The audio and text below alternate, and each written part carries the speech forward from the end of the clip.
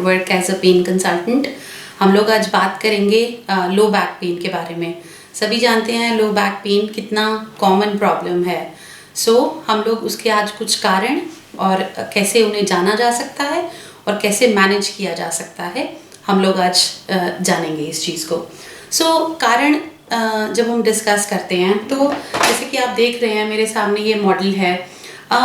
तो बैक में डिस्क होती है और इसके पीछे जॉइंट्स होते हैं। तो अगर आपकी डिस्क बाहर आ गई है अपनी जगह से या फिर उसमें टियर हो गया है तो ये एक कारण हो सकता है पेन का। दूसरी चीज़, इसके पीछे जो जॉइंट्स होते हैं, आप देख रहे हैं कि ये जॉइंट्स के पास से नस निकल रही है। तो ये डिस्क जब आके नस को टच करती है, जिसे आपने कॉमनली सुना होगा पिंच नर्व या नस दब गई है, तो वो इस तरह का पेन होता है कि बैक में होगा और पूरी टांग में जाएगा। या फिर ये जो इसके पीछे जॉइंट्स हैं, अगर उनका आर्थराइटिस हो गया है कि सूजन हो गई है, गठिया हो गया है, तो उस तरह का पेन आएगा जो यूजुअली 50 से 60 साल की उम्र के ज़्यादा लोगों में देखा जाता है।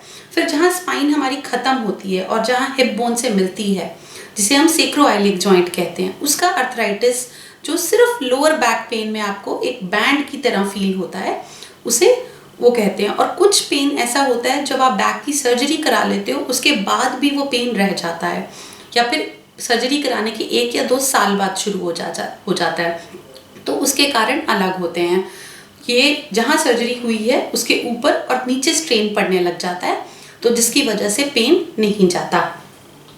तो ये पिक्चर भी आपको यही दिखा रही है कि ये जॉइंट है, ये डिस्क है। तो यही कारण होते हैं। इनमें से कोई भी चीज़ में प्रॉब्लम आ गई तो ये हमें परसिस्टेंटली बैक पेन के कारण की तरह फील होता है। और हमारी जो मसल्स हैं बैक की, जब वो वीक हो जाती हैं तो उनमें टेंडेंसी आ जाती है स्पैज़म में जाने की, अकड़ने की। तो वो हमें मूवमेंट नहीं करने देती। हम बेड से उठते हैं तो हमें सिवियर पेन होता है, उठ के चलने लगते हैं तो हमें सिवियर पेन होता है। तो जैसे कि आप इस पिक्चर में देख रहे हैं, ये सियाटिका की पेन है। यहाँ पे नस दब रही है डिस्क से और ये पूरी टांग में जा रही है, वर्सेस ये बोन की पेन जो सिर्फ आर्थराइटिस की वजह से सिर्फ बैक में आ रही है। तो कारण क्या है बैक पेन? सबसे इम्पॉर्टेंट है कि होता क्यों है।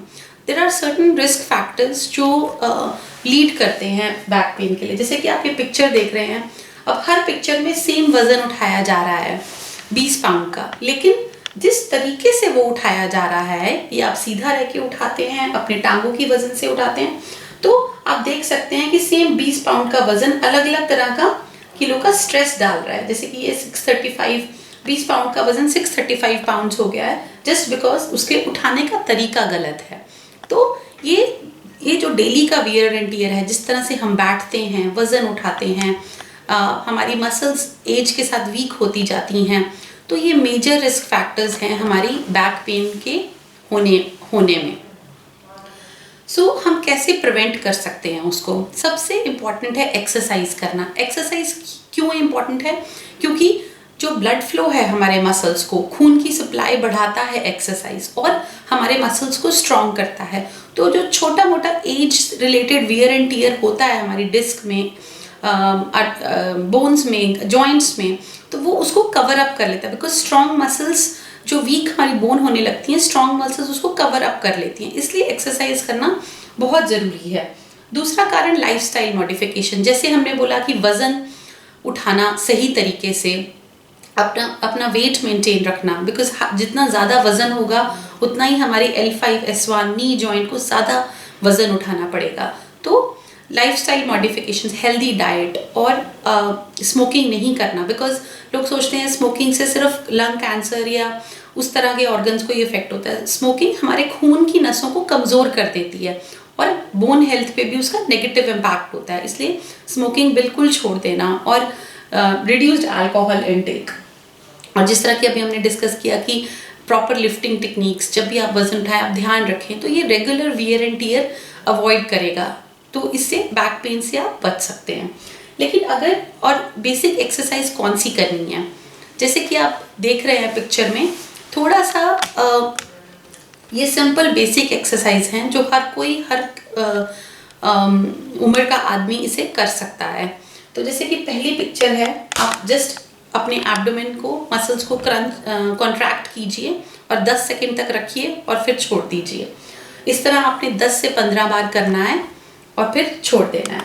दूसरी एक्सरसाइज है, देखिए इसमें हाथ कैसे हैं, हाथ अपने चेस्ट के ऊपर रखने हैं और फिर अपने सर को और ऊपर वाले बॉडी को आगे लेके जाना है और ऐसे इसी को 10 से 15 बार करना है। इससे क्या होगा कि बैक की मसल्स भी स्ट्रांग होंगी और एब्डोमेन का जो गर्थ है वो भी अंदर जाएगा। और दूसरी है नी टू स्ट्रेच। मैंने कई लोगों को देखा है कि जब वो नी को ऊपर लेकर आते हैं छाती पर, तो हाथ उनके यूजुअली लेग के ऊपर होते हैं, जो कि गलत तरीका है। आपको लेग के नीचे रखने हैं हाथ और फिर उसको ऊपर लेके जाना है, जैसे कि आप पिक्चर में देख सकते हैं। और इसको 10 सेकंड तक रखना है। आप जैसे 10 तक काउंट कर सकते हैं और फिर छोड़ना है। उसी तरह दूसरी टांग पे इस पोस्चर को आप 10 से 15 बार रिपीट कर सकते हैं। एंड देन दूसरी एक्सरसाइज जिसे हम काउ पोज कहते हैं, तो ये एक तरह से अपने बैक का यू बनाना एंड देन फिर उल्टा सी बनाना। तो इस पोस्चर को कम से कम 10 बार रिपीट करना है और एक पोस्चर में कम से कम 10 सेकंड तक अपनी बॉडी को रखना है। इससे बैक और एब्डोमेन की मसल स्ट्रांग होगी, बेसिकली जिसे हम कोर स्ट्रेंथनिंग कहते हैं वो होगी। और ये सिंपल एक्सरसाइज है जो हर कोई कर सकता है। And then this is cobra pose कहते हैं इसे। तो ये भी हमारे योगा की ही पोज हैं। इसमें आप अपने हाथ स्ट्रेट रख के लेग पीठ को पीछे लेकर जाइए और इस पोस्चर को अगर आप 10 से 15 सेकंड तक मेंटेन कर सकते हैं और बार बार करके 10 बार कम से कम कर सकते हैं तो ये बहुत फ़ायदेमंद है। तो अब हम एक्सरसाइज करें कितनी? अगर आधा घंटा रोज़ कर सकते हैं दैट इज़ अ एक्सेलेंट गोल। लेकिन अगर आपको बिल्कुल आदत नहीं है और शुरू करना है तो 10 मिनट रोज़ से शुरू कीजिए। आई एम श्योर 10 मिनट हर कोई निकाल सकता है अपनी डेली रूटीन से अपनी हेल्थ के लिए। तो 10 मिनट रोज़ एक्सरसाइज कीजिए and take it to 30 minutes a day and इससे आपको बहुत बेनिफिट होगा। तो अगर बैक पेन हो ही गया तो उसके लिए क्या करें? सबसे पहले गोलियां लिखी जाती हैं कि अगर टेम्परेरी पेन का कारण है, कोई मेजर कारण नहीं है, तो मेडिसिन से ठीक हो जाए। देन फिजियोथेरेपी में आजकल बहुत अच्छी टेक्निक्स आ गई हैं, अलॉन्ग विद गुड एक्सरसाइजेज आपको सिखाएंगे। आपके ऊपर जैसे IFT है या अल्ट्रासोनिक है जो डीप हीट थेरेपी देते हैं। बट ध्यान रखिए कि physiotherapy under the guidance of doctor हो और सही तरीके से हो। और सबसे इम्पॉर्टेंट चीज़ कि आप एक्सरसाइज करें या फिजियोथेरेपी करें, किसी भी चीज़ से आपका पेन बढ़ना नहीं चाहिए। अगर आपका पेन बढ़ रहा है दैट मीन्स या तो आपकी डिजीज़ इतनी सिवियर है कि आप उसको करने की बजाय आपको पहले प्रॉपर ट्रीटमेंट लेना चाहिए या फिर आप उसे गलत तरीके से कर रहे हैं। या इंजेक्शंस फॉर पेन, आप कुछ लोगों ने इसके बारे में सुना भी होगा। तो this is what I do. अगर आपको फिजियोथेरेपी मेडिसिन से आराम नहीं है या फिर कॉज ऑफ पेन इतना सिवियर है कि आप उठ भी नहीं सकते, तो हम लोग कुछ इंजेक्शन लगाते हैं। पहले उस पेन का कारण जाना जाता है कि डिस्क कारण है, जॉइंट कारण है या फिर पिंच नर्व कारण है या मसल स्पैस्म कारण है। जिस भी कारण से आपको दर्द हो रहा है उस कारण को ख़त्म करना इन इंजेक्शंस का एम है। तो इन इंजेक्शंस को लेकर कुछ जैसे कि आप लोग देख रहे हैं कि एरिया को पूरा क्लीन ड्रेप किया जाता है। उसके बाद जैसे ये बैक में इंजेक्शन लग रहा है स्टेराइल ग्लव्स पहन के, and this is a one time procedure और एक इंजेक्शन आपको बहुत हेल्प कर सकता है। लेकिन इस इंजेक्शंस को लेके कुछ मिथ्स हैं तो या फिर आप कह लो कि कॉमन क्वेश्चंस हैं जो मेरे पेशेंट्स आके मुझसे पूछते हैं। तो मैंने इससे में शेयर किया है। जैसे लोग बूढ़े होते हैं, लोग कहते हैं pain is unavoidable part of growing old. अगर बूढ़े हो गए हैं तो दर्द सहना ही पड़ेगा, ऐसा बिल्कुल भी नहीं है। आप जैसे जानते हैं घुटने की रिप्लेसमेंट होती है, इसी तरह बैक के पेन का भी इंजेक्शन से इलाज हो सकता है और नी पेन का भी इंजेक्शन से इलाज हो सकता है अगर आपको रिप्लेसमेंट्स या सर्जरी नहीं करानी। तो ऐसा नहीं है कि आप बूढ़े हो रहे हैं तो आपको दर्द ही सहना पड़ेगा। इलाज है, कारण हम उनका जानेंगे और उसके अकॉर्डिंगली उसका इलाज होगा।